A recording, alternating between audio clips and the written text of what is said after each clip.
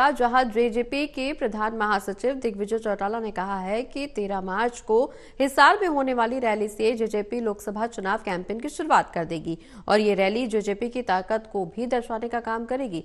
वहीं उन्होंने ये भी कहा कि गठबंधन में चुनाव लड़ने का फैसला दोनों पार्टियों की लीडरशिप ने लिया है।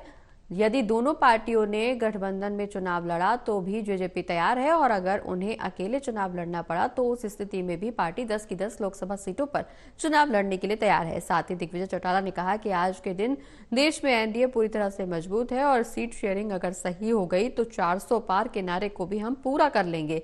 दिग्विजय चौटाला ने कहा कि देश में लोकसभा चुनाव का बिगुल बज चुका है।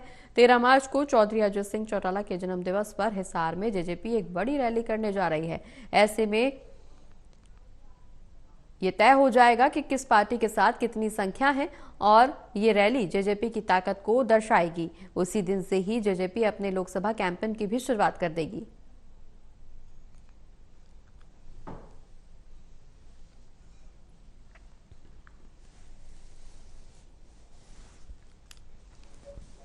देश में बिगुल बज चुका है चुनाव का।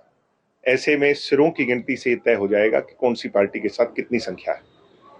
डॉक्टर अजय सिंह चौटाला जी के जन्मदिवस के शुभ उपलक्ष्य पर लाखों लोग जब हिसार में एकत्रित होंगे तो वो दर्शाएगा जेजेपी की ताकत को और जेजेपी उसी दिन से आगाज कर देगी अपने लोकसभा चुनाव कैंपेन। गठबंधन को लेकर के मैं केवल मात्र इतना कहूंगा कि गठबंधन का फैसला दोनों ही पार्टियों की लीडरशिप ने करना है, दोनों पार्टियों के सीनियर नेतृत्व करना है।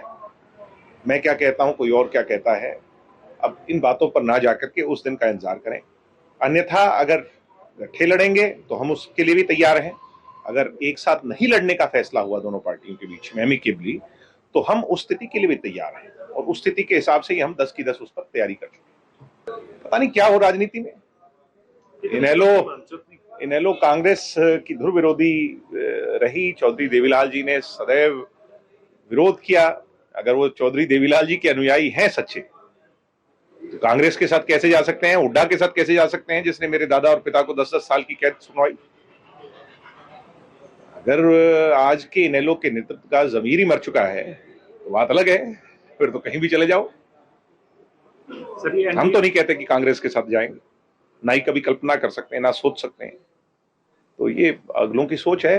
राजनीतिक लोभ लालच के लिए, सत्ता हथियाने के लिए, जो कि असंभव है मगर फिर भी सत्ता हथियाने के लिए अगर उन नीतियों को, उस सोच को, उस विचार को, उस विचारधारा को ठोकर मार करके कोई आगे बढ़े, वो उनकी सोच है। कांग्रेस का और आम आदमी पार्टी का गठबंधन है। आम आदमी पार्टी का हरियाणा में कोई आधार सा तो है नहीं, कोई ऐसा अभी कोई आधार नहीं है। बाकी राजनीति में क्या हो इसके बारे में नहीं कहा जा सकता। अभी हाल फिलहाल यथास्थिति ये है कि कांग्रेस का गठबंधन आज की सत्तारूढ़ गठबंधन को मुकाबला देने में सक्षम नहीं है। कल क्या